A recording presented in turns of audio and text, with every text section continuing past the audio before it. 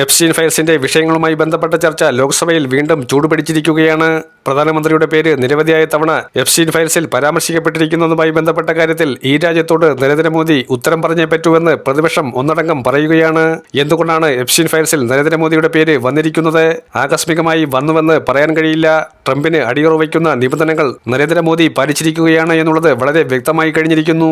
പ്രധാനമന്ത്രി പദത്തിലിരിക്കാൻ അദ്ദേഹം യോഗ്യനല്ല എന്നത് മാത്രമല്ല, ഈ രാജ്യത്തെ കബളിപ്പിച്ചു എന്നത് അദ്ദേഹത്തിനെതിരെ ചാർത്തപ്പെട്ടിരിക്കുന്ന ഏറ്റവും ഗുരുതരമായ ആരോപണമാണെന്നും പ്രതിപക്ഷം പറഞ്ഞിരിക്കുകയാണ്. ഈ രാജ്യത്ത് കൊടിയ സാമ്പത്തിക അരാജകത്വം വാഴുകയാണ്. ഇതിനെല്ലാം കാരണക്കാരൻ ഒരേ ഒരു വ്യക്തിയാണ്. എപ്സ്റ്റീൻ ഫയൽസുമായി ബന്ധപ്പെട്ട് അന്താരാഷ്ട്ര കുറ്റവാളിയായ എപ്സ്റ്റീനെതിരെ അമേരിക്ക ശക്തമായ നിലപാട് സ്വീകരിച്ചു. ജയിൽവാസം അനുഷ്ഠിച്ച് എപ്സ്റ്റീൻ മരിച്ചതുമായി ബന്ധപ്പെട്ട് നമുക്കെല്ലാവർക്കും അറിയുന്ന ചില കാര്യങ്ങൾക്കപ്പുറം നിഗൂഢമായ പല വിഷയങ്ങളുമുണ്ട്.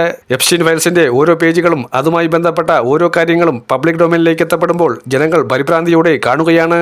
അന്താരാഷ്ട്ര നേതാക്കളെയും വൻകിട നേതാക്കളെയും ഒക്കെ എപ്സ്റ്റീൻ ഐലൻഡിലേക്ക് കൂട്ടിക്കൊണ്ടുപോയി എന്നുള്ളതും പ്രശസ്ത ഫിസിക്കൽ സയന്റിസ്റ്റ് ആയിട്ടുള്ള സ്റ്റീഫൻ ഹോക്കിങ്സ് എപ്സ്റ്റീന്റെ ഒരു ക്ലയന്റ് ആയിരുന്നു എന്ന വാർത്ത ഈ ലോകം മുഴുവൻ ഞെട്ടിത്തെറിച്ചിരിക്കുകയാണ്. അമിയോട്രോപിക് ലാറ്ററൽ സ്ക്ലറോസിസ് ബാധിച്ച് കൈകാലുകളൊന്നും ചലിപ്പിക്കാൻ കഴിയാതെ ഒരു പ്രത്യേകമായിട്ടുള്ള കമ്പ്യൂട്ടർ സാങ്കേതിക വിദ്യയിലൂടെ മാത്രം അദ്ദേഹം തന്റെ ലോകത്തോട് കൃത്യമായി സംഭാഷണം നടത്തിയിരുന്ന സ്റ്റീഫൻ ഹോക്കിങ്സ് എന്തിന്റെ പേരിലാണ് എപ്സ്റ്റീൻ ഐലൻഡിലേക്ക് പോയത്? ഇതുൾപ്പെടെയുള്ള കാര്യങ്ങൾ വലിയ രീതിയിൽ ചർച്ചയാകുമ്പോൾ പ്രധാനമന്ത്രി പദത്തിലിരിക്കുന്ന നരേന്ദ്രമോദിയുടെ പേര് എന്തുകൊണ്ട് ഈ ക്രിമിനൽ ലിസ്റ്റിൽ വന്നിരിക്കുന്നു? ഫയലുകളിൽ എങ്ങനെയാണ് നിരവധിയായ തവണ ഈ പേര് എഴുതപ്പെട്ടിട്ടുള്ളത്? ഇത് ഗൂഢകൃത്യമാണെന്ന് പറയാൻ കഴിയില്ല. ഏകാധിപതിയായ കിം ജോണിനോ റഷ്യൻ പ്രസിഡന്റായ വ്ളാഡിമിർ പുടിനോ ഒന്നും ഈ ഫയലിനകത്ത് പേര് പരാമർശിക്കപ്പെട്ടിട്ടില്ല എന്നുള്ളത് വലിയ ചർച്ചയായി കഴിഞ്ഞിരിക്കുന്ന കാര്യമാണ്. ഏതായാലും എപ്സ്റ്റീൻ ഫയലുമായി ബന്ധപ്പെട്ട് വരും ദിവസങ്ങളിലും വലിയ രീതിയിൽ ചർച്ചകൾ ഉണ്ടാകുമെന്നുള്ളതിന് യാതൊരു തർക്കവുമില്ല.